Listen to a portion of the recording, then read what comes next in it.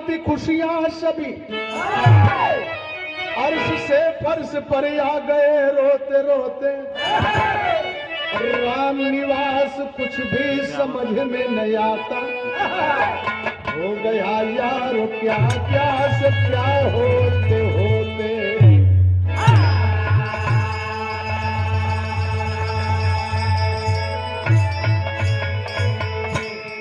बड़ा अध्ययन करके लेखक लिखल ओहू के बाद हमहन के अध्ययन करके आप लोगों के पीछे परोसे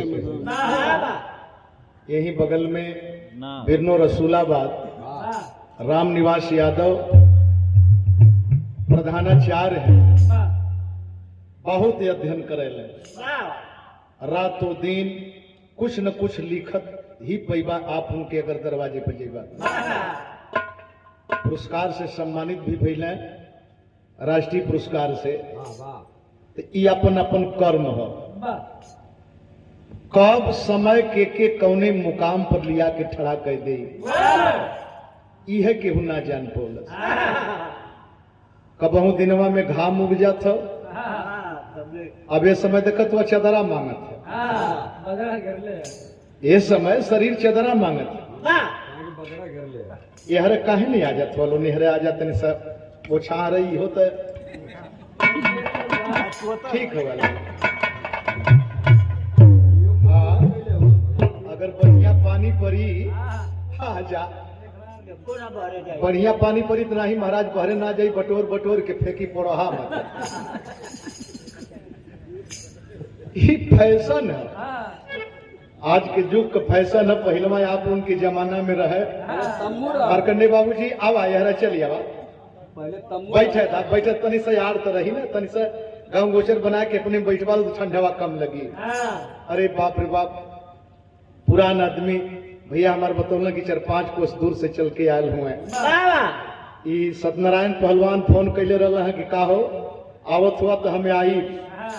आज के जमाने का वो जमाने का आल्हा, गाड़ी पर अगर बैठ जाना तो कितनों दूर जाए के रही चल जाई है, लेकिन गड़िया पर बैठ ही में दिक्कत हो जाए। इतना शरीर है, इतना सुंदर शरीर जब जवानी में रहल हुई है तो कितना रहल हुई है। हमरे घरे गईले भेंट करे, करीब करीब 50 मीटर हमार घर रोडवा से अंदर है, उतने दूर में एकदम सख्सिया गई। हम कनी बारे समय तो समय कब के कौने मुकाम पर खड़ा कर दे यह केहू ना जानल। एक लाइन संकेत हो, कैसा संकेत है।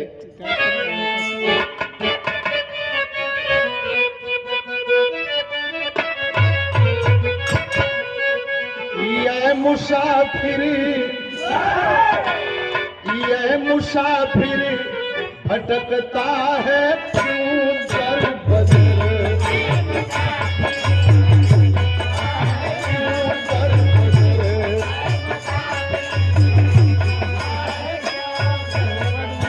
दोनों हालत कर रहे वरी मदीने में है। क्यों दर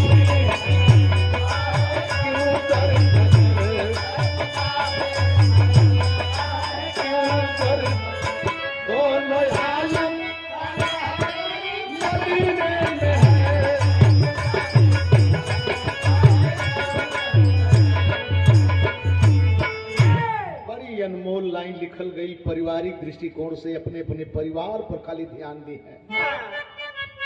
एक ही डाल में 2 सुमन खिल रहे, 2 सुमन खिल रहे।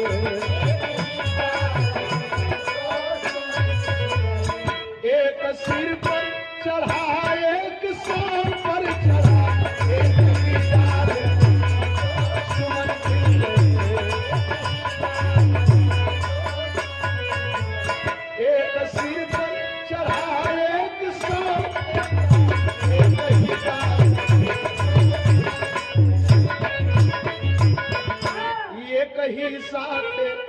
एक ही साथ दोनों तारा से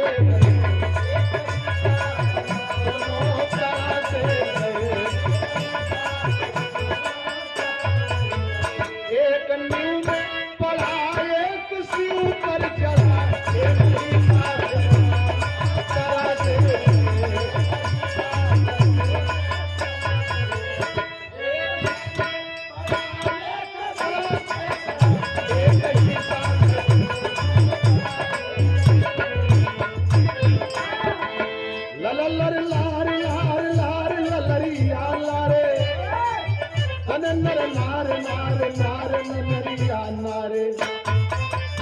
राम लक्ष्मीपुर जिला मेरठ की हकीकत है।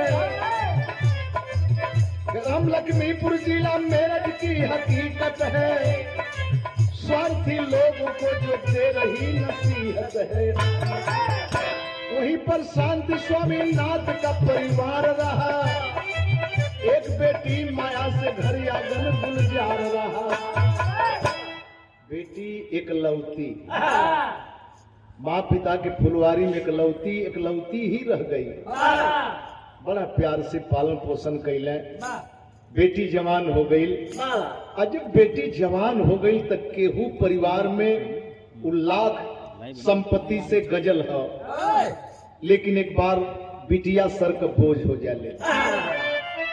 बेटवा बोझ ना होला, बेटी बोझ हो जाले। बेटी जवान हो गई। का चाहिए? ठंडा लगत तो गिरिहा मत हरिया उठाई हेरिया बल्कि सुता। हाँ आवा ना हेरिया हेरिया सुता। अरे तनिको कलटी है तो फिर वो मिट्ठू वाली गति हो जमनिया में है। हाँ महाराज मती नीचवा दलदल रहे। यही तरह का झोंकलस ठंडा और ढोलकिया बजावत चल गई ना। ढोलकिया ले नीचे ठंडा न लगे और हो जाला। भैया गौर करेंगे। बढ़िया घर खोजले, बढ़िया बर खोजले।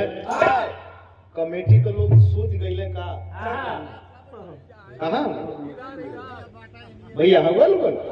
अरे साहब आप लोग चल जीवा तो मन उदास हो जाए। कमेटी का मतलब है कहला पैसा ना कहते कि पैसा लेके आवा लोग। ई कोनो बात ना बा। आप लोग समझने रहबा, गार्जियन हुआ, मालिक हुआ, हम उनका हौसला बुलंद रही कि हमें गवावा वाला, हमें बुलावा वाला लोग हमारे साथे में हुए। ठंडा तो सब ही के लगत था। खड़ा ही तो हमके ठंडा ना लगत था। लेकिन आप लोगों के पाए के गर्मी हो जाले शरीर में। बढ़िया घर खोजले, बढ़िया बर खोजले। घरे आए के अपने दुल्हन से बतावत हुए बेटी का जिंदगी मन बड़ा सुखमय बीती।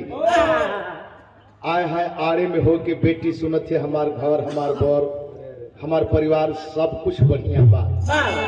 लेकिन मेरे बाबूजी 10 दिन सदिया रह गई।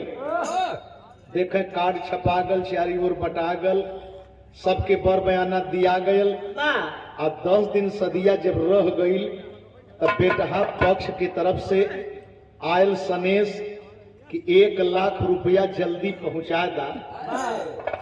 हाँ तनि सा लोग लौकत रहबा तो नीक लगी ना। अरे खुशी होले जब ही गांव का नाव गयल हमके सोचे कि पड़ गल है। तो बड़ा क्षेत्र के लोग सम्मान देला भाई। तो विराज से मजाक भी ना कैल जाला। बैठ जाए बैठ जाए बैठ जाए। देखा आप कितना अच्छा लगा हुआ लोगों। तो जेकरे पल्ले कौनो व्यवस्था ना, 1 लाख रुपया तो बहुत ज्यादा हो गई। 1 लाख रुपया आई कहां से? दोनों प्राणी घबरा गई। बैठ के उदास सोचत हुवन। औरत पति के सामने रोक एक ठे बात कहली, तर्ज लगली।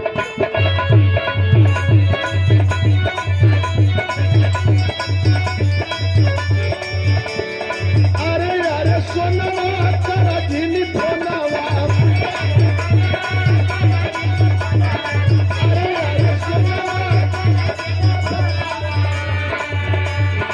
अरे अरे सोनवा तेरा दिल फोनवा। चुम्मा धारा दिल ला जलाऊ।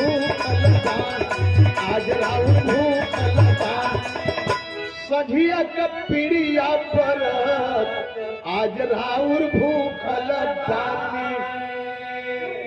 पति परदेश में है, दुल्हन घरे बा।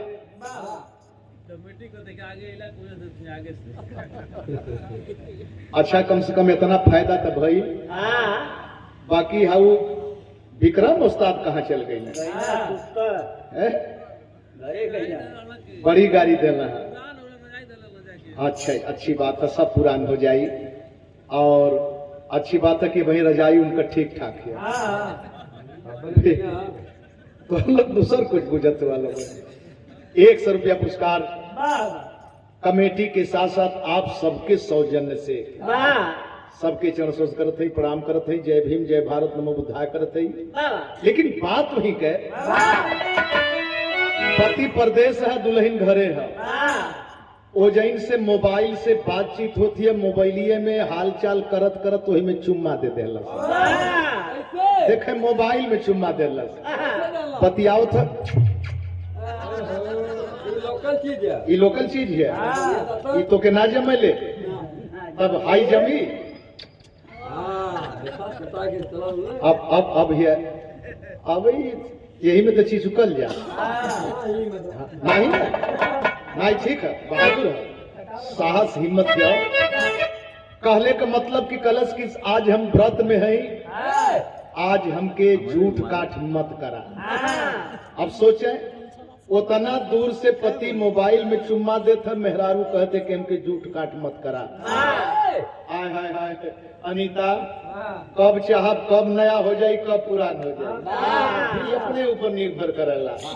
और इतने ना चाहे तो वही बिरहवा के 10 से 12 मिनट में खत्म कर दे। सारांश में देके महुआ चैनल का विजेता है, यही पर विजेता है, कर्म कई के विजेता है। बनावटी ना महुआ चैनल में जब गयल गल तो ये भैल की 13 मिनट में बिरहा गावे के हो। गवैया घबराए लगल कि 13 मिनट सुमंगलिए कहे में हो जाए। इनाम कहाँ से मिले? नहीं है, बड़े भैया परशुराम यादव स्वर्गीय हो गए।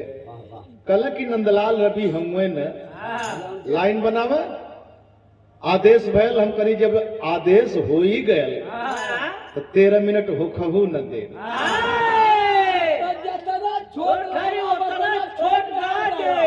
सुनला पागल हो से बड़ा दमदारी से हमके छोट छोट कैले हो से छोट है, लेकिन एटम बम है, फाट जाए तो तोहनों से फाट जाए बस।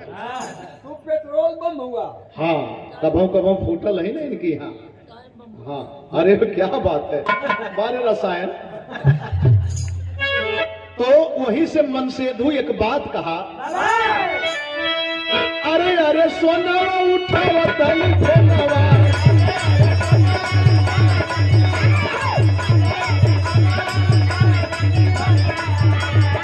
अरे अरे सोना उठावा तनी फोनवा, चुम्बक धरऊ भैया, आज जदी भूखल, आज जदी भूखल, कन्न खा के पी लिहा रस, आज जदी भूखल पानी।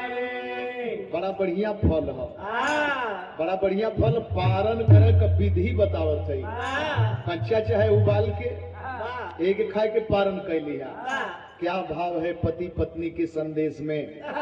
लेकिन पत्नी अपने पति के सामने बैठ के उदास एक बात कहलीन, कहली गुजरिया पर से नजरिया,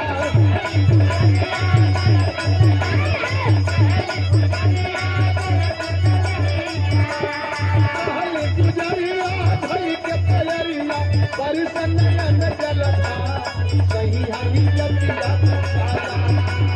सही आई लतिया, कोई नहीं लौक हमार, सही आई गतिया बचाला। स्वामी चारी ओर न्योता चल गल है, परतिया ना आई न्योतहरी दुआरे आई है, कौन जवाब देहल जाई। बचाला अबरू बचाला। आय है उठल बाप है न, अपने गांव घर में इलाका में फलाने बढ़िया आदमी हो, उनके पास पैसा हो, जहाँ गईले बाहर समय।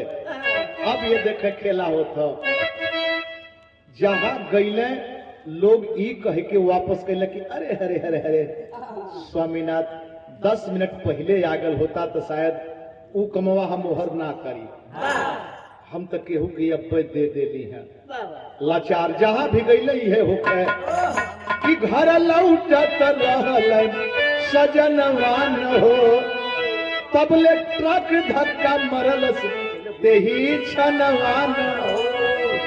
मालिक का विधान बिगड़ गल, धक्का मरलस गरिया गिर वही घरिया, चोटिया लगल बड़िया सजनाई जतिया बचाएला। देखे पैसा पौले ना, निराश वापस आवत हुए बिचवे में अइले, तबले एगो डीसीएम वाला धक्का मार के निकल गए। दौड़त हुए लोगों ने अरे ये तो स्वामीनाथ हुए, स्वामीनाथ हुए। उठाए के दरवाजे पर लिए अइले, कबहू बेहोश हो जाए, अखिया बंद हो जाए, कबहू अखिया खुले। गौर करेंगे पैसा ना मिलल, पोजीशन ई आगल। पत्नी पकड़ के पैर रोवत हिया, लड़की एक तरफ रोवत हिया, लेकिन पत्नी अपने पति के सामने जब नाजुक हालत देखलस, एगो बात कहलस का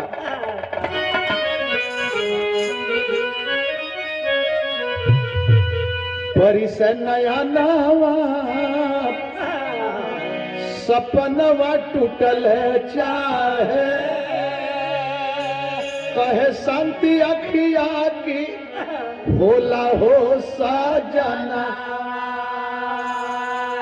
स्वामीनाथ समझावे प्यारी धीर धर्म मनवा में, विधना के हाथ होला जीवन या मरना।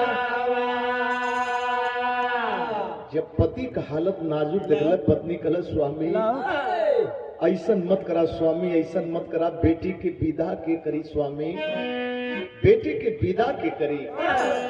स्वामी नाथ का आंख खुलल, पत्नी का हाथ पकड़ ले, अब पकड़ के एक बात कहले, एक मंगानवा कहनवा बा तोहरा से, एक मंगनवा कहनवा बा तोहरा से। अरे टूट नहीं पावे बेटी माया का सपना, घरवा दुआर बेचिहा कहना हमार बेचिहा, दे दिहा गरीबिया में जवन बामना। पत्नी पति से गुहार करती है, बेटी की विदा करे के है स्वामी। अब पति का आंख खुलल तो हाथ पकड़ना कल शांति, अब मैं बचूंगा नहीं, लेकिन घर दुआर कुल बेच जाए, 2-4 बिस्सा खेत हो वो बिकाए जाए, एक आध थान हमारे पास गहना गिठो हो इहो बेच दिया, मगर बेटी का बारात दरवाजे पर जरूर मंगैहा। बेटी के विदा कर देबू तो हमारे आत्मा के शांति मिल जाई। ये तने कहत स्वामीनाथ का दम टूट गई। आय हाय हाय हाय, स्वामीनाथ का दम टूट गई। खबर गई लुहा जहां सदिया तय, बात तो पैसे की थी, बहाना मिल गया, बहाना मिल गया। और लड़की कुलक्षण है, बाहर समाज हर ऊख में पतई, हर घर में बहन बेटी। मास्टर साहब एक और अंगुली उठैले, ई काहे ऐसन होला? अगर कोनो अप्रिय घटना घट गई तो केवल बेटी की तरफ अंगुली उठती है कि कुल दोष यही में बा, बेटवा दूध को धोवल हो। ऐसा नहीं होना चाहिए। कितना जानी का देख ले जा बिचवे में बर का पानी फूट गए हो, बारात में पहुंचे में तबले पता चल कि अम्मू तम्मू एक और हो गल, तो का करबा लड़की कुल दोष हो। बिचवे में आंधी आ गई, बर का पानी फूट गए तो लड़की का दोष हो। लेकिन समाज अपने तरफ न दूसरे तरफ दोषारोपण करती है। लेकिन मेरे बाबूजी आए हाय देखे वो परिवार कलश किन्ना ब्याह ना हुई, लड़की कुलक्षण है, बात तो पैसा कर, शादी टूट गई। अब आप सोचें, एक और शादी टूटत है, एक और बाप मरत हुए, एक और न्योतहरीन के कैसे खबर जाई। लेकिन मेरे भैया हो, वही बीच में बेटी रोवत या ओकर मतारी बीमार हो गई। अपने पति के शोक में, बेटी के शादी के अफसोस में मतारी बीमार हो गई। दवाई चलत है, बिटिया रोवत है, सोचत है फिल्म पाकीजा लगे।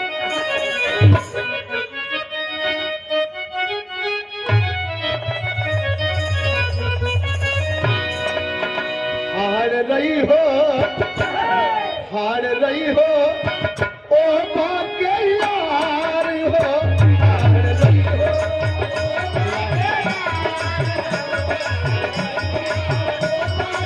यार हो। रोवे बेटी, रोवे बेटी, करे जवा के फार हो, रोवे बेटी,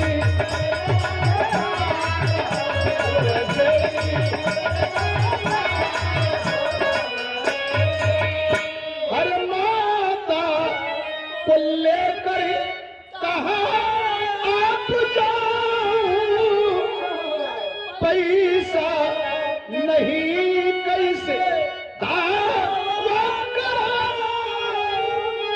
कोई न लौटेला, कोई न लौटेला, जग में हमार हो।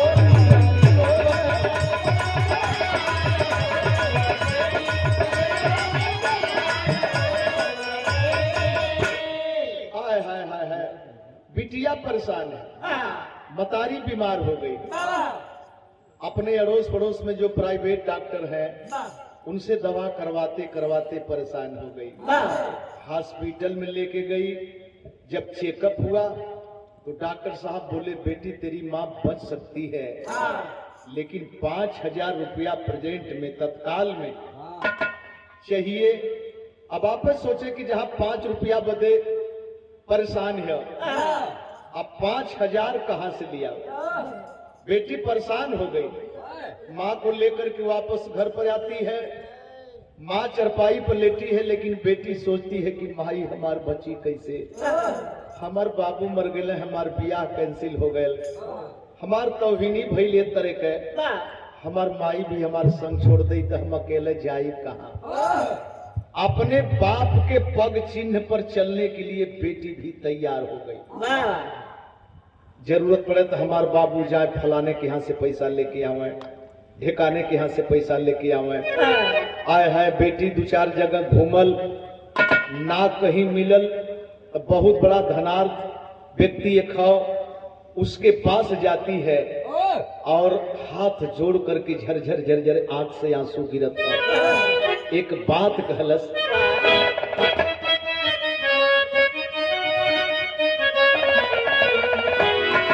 अरे सननाना रतिया कहर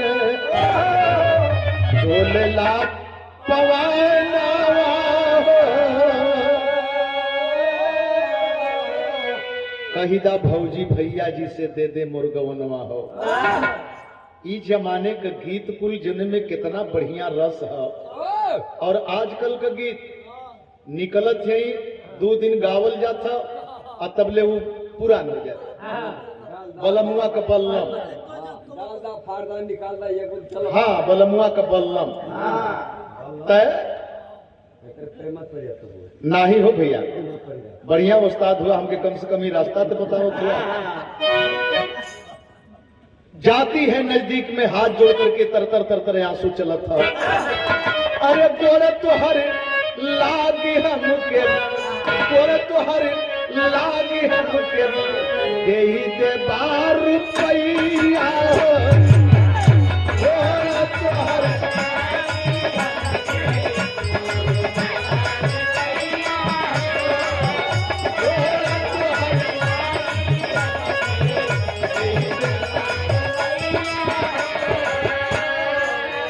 तोहर लागी हमके दे 12 रुपया आ जाए ही तुआरी के, आ जाए ही तू जनैया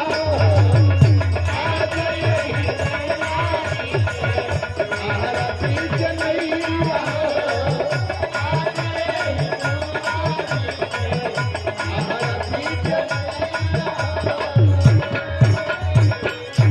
बाबू 5,000 रुपया दे के हमारे माई का जान बचाला बाबू। सूद मोर सब चुका दे, लेकिन आज 5,000 रुपया दे के जान बचाला। रो रही है, बाबूजी कह रही है, और वो इसके तरफ जब आवाज सुना तो किस भाव से देख रहा है। भेड़िया भूखा लख निरखल जवनिया दे देव रुपया हमर मान जब बचनिया। रुपया चाहिए, रोती क्यों है? भैया भैया 5,000 चाहिए, 10,000 ले जा। तेरे बाप से मेरी अच्छी पटती थी, 10,000 ले जा, कोई बात नहीं है। लेकिन एक छोटा सा काम कर दे, एक छोटा सा काम कर दे। एक दिन हमारे साथ हम बिस्तर हो जा। बाहरे जमाना, बाहरे समाज। बेटी रोवत है, बाबूजी कहत है, तरतर तरतर आंसू चलत है, और ये मधुर हंस रहा है और कह रहा है कि पगली एक दिन मेरे साथ हम बिस्तर हो जा, और पैसा चाहिए तो मैं देता रहूंगा। पड़ गई द्वंद में वह बाला, यदि अपना हुस्न गंवाऊंगी। पड़ गई द्वंद में वह बाला, यदि अपना हुस्न बचाऊंगी। मां तड़प तड़प मर जाएगी, ना दवा कराने पाऊंगी। देखें अपने ही मन के सवाल करता। ये 200 रुपए का पुरस्कार कमेटी के सौजन्य से बहुत बहुत प्रणाम करते हैं। जय भीम, जय भारत। ये हौसला हमेशा इसी तरह से, और आपकी एकता, आपकी अखंडता हमेशा हमेशा के लिए अछूट बन के रहे, किसी की नजर न लगे। गौर करेंगे, पड़ गई द्वंद में वह बाला, यदि अपना हुस्न बचाऊंगी। मां तड़प तड़प मर जाएगी, ना दवा कराने पाऊंगी। फिर अपने मन में सोचा था, क्यों बेचूं अपनी यस्मत को, क्यों बेचूं अपनी यस्मत को। कल होना मुझे अकेले यहाँ, आज जीवन मरण एक खेल यहाँ। क्यों बेचूं अपनी यस्मत को, कल होना मुझे अकेले यहाँ। ना अमर कोई आया जग में, है जीवन मरण एक खेल यहाँ। आखिरकार माइयो मर गई, मर जाई, बाबुओ मर गई, माइयो मर जाई, हम हो मर जाई। जब केहू अमर होके अइले ना, तो फिर काहे बदे आबरू बेची। फिर माता की ममता तड़प उठी, माता की ममता तड़प उठी। क्यों याद बनाती दूरी है, अरे पहले दवा कर माता की रे बेटी, चाहे जितनी मजबूरी है। अपना ही सवाल अपना ही जवाब, अपना ही सवाल अपना ही जवाब। आखिरकार जवाब देते देते अपने सवाल का बेटी टूट गई बाबू, टूट गई। और जब टूट गई अंतिम समय में कि माता की ममता तड़प उठी। क्यों याद बनाती दूरी है, पहले दवा कर माता की रे बेटी, चाहे जितनी मजबूरी है। बेचली जातिया ठेकेदार की चिरैया, अरे लेके रुपया आवत रहली, लेके रुपया आवत रहली। ये हर मरल बानी मैया,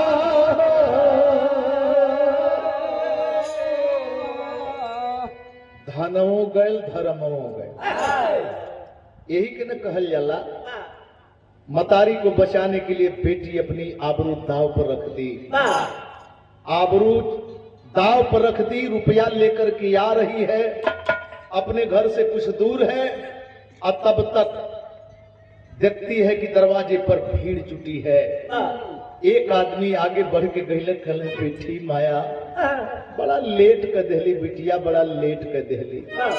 अरे तोर माई तोर नाम लेके अंतिम सांस लेहलस रे बेटी, समझ गई बाबू हमार माई मर गई, ओह, हमार माई मर गई।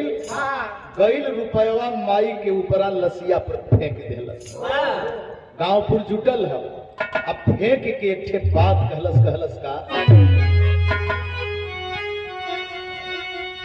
अरे फुटहा कर मावा कर करिया लीलार हो, हमने के लोगावा कहे लपनिहार हो, हमने के लोगावा हमने के लोगावा कहे लपनिहार हो, हमने के लोगावा। रोवे माया बेटी देखबा आंसुआ के धार हो, कवन चूक भइली हमसे, कवन चूक भइली हमसे, विधना तोहार हो, कवन चूक भइली हमसे, विधना तोहार हो, कवन चूक भइली हमसे, विधना तोहार हो, कवन चूक भइली हमसे। अरे तुहरे पद माई हम बेचली इज्जतिया, तप नहीं हमारा के, तप नहीं तोहरा के, छोड़ल मऊहतिया, तप नहीं तोहरा के, छोड़ल मऊहतिया, तप नहीं तोहरा के, छोड़ल मऊहतिया। हम के लगा के गइलू, बोला कौन चार हो, कवन चूक भइली हमसे। आय हाय हाय है, जमाना जान गल। कहीं न कहीं से बेटी रुपया लेके आई, माई के कफन दफन भैल। कफन दफन भैले के बाद देखे एक दिन दो दिन तीसरका दिन का घटना है। दरवाजे पर बैठ करके रो रही है, अपन ही रोवे अपन ही छुपाए जाए। गांवपुर 2 दिन खाना पहुंचौलस, बेचारी खाए कहां से। एक तरफ बाप मरल, शादी टूटल, माई एकमात्र सहारा रहल, माई वो संग छोड़ देला। तीसरका दिने दुआरे पर बैठ के रोवत हिया। एक अजनबी अनजान व्यक्ति आया, उसके बगल में बैठा, अपने गमछा से ओहू गयास पोछे, अपनहू भोकर भोकर के रोवे। लेकिन जानते हैं वो कहता क्या है? क्या बात है?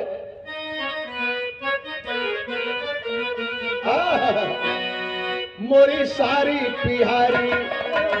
बड़ा नीक हमरे बगल में भीतरी नेवादा के सीमुरत उस्ताद, ये लाइन के गांव है कि मोरी सारी पिहारी सारी रे के तने की सारी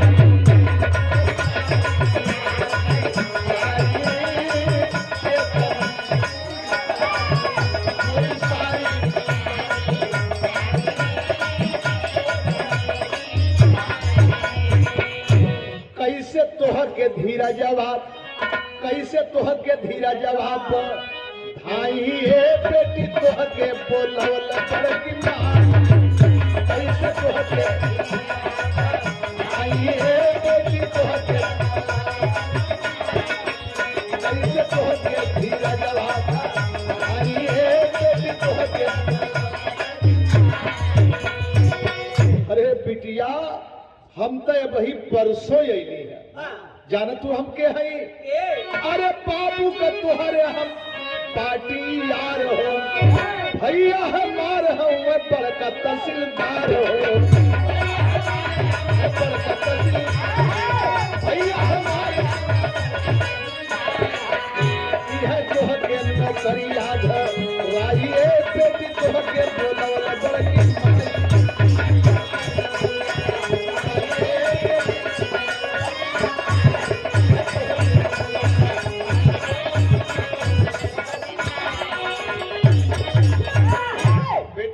विदेश में रही है।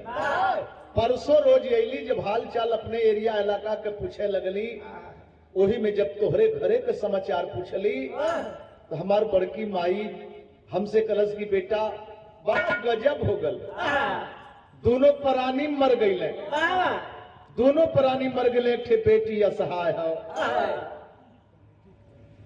कमेटी के सौजन्य से 100 रुपए का पुरस्कार जय भीम जय भारत नमो बुद्धाय करते हैं। आप सारे लोगों का सादर सम्मान करते हैं। गौर करेंगे आनी वो आदमी कह रहा कि बेटी तुम्हारे बाप को हम पक्का मित्र हैं, लंगोटिया यार हैं बेटी, एक दूसरे के देखे बिना हम चैन न पावत रहल गल, लेकिन हम बाहर रली है, विदेश में रली है, बड़ा तकलीफ भइल बेटी। जब हम रोवे लगली तो हमार बड़की माई कलश की कार रोत हुआ, लड़कियां तो रोती है, ओकरे बदे व्यवस्था सोचा। अरे हमार बड़का भैया तहसीलदार हो बेटी, बड़की माई कहने की जा वो बिटिया के लेके आवा। तहसीलदार साहब से कह के कोनो जगह दिया दे, 2 रोटी का व्यवस्था हो जाए तो केहू वो गरीब का हाथ पकड़ ले। एक और आंस पोछा था और अपनी आंस पोछ रहा है। बेटी सोचे लगल हमारे बाप का दोस्त हुए, हमारे दुख में हमार सहयोग करी है। आए है आगे आगे चला चला बेटी, छोड़ दा घर द्वार, छोड़ दा, आए है कोनो जगह मिल जाई। हमार बड़की माई खुदे श्वासन देली है तो तोहार दिन बीत जाई बेटा, बड़ा नीक समय पैबू बेटा, तोहार भगवान साथ दी है। आगे आगे अपने पीछे से बेटी, लेकिन लेके गया कहां पर? अरे कोठवा पे बेच देहल पपिया मुदैया, दल दल में फंस गई दहकत चिरैया,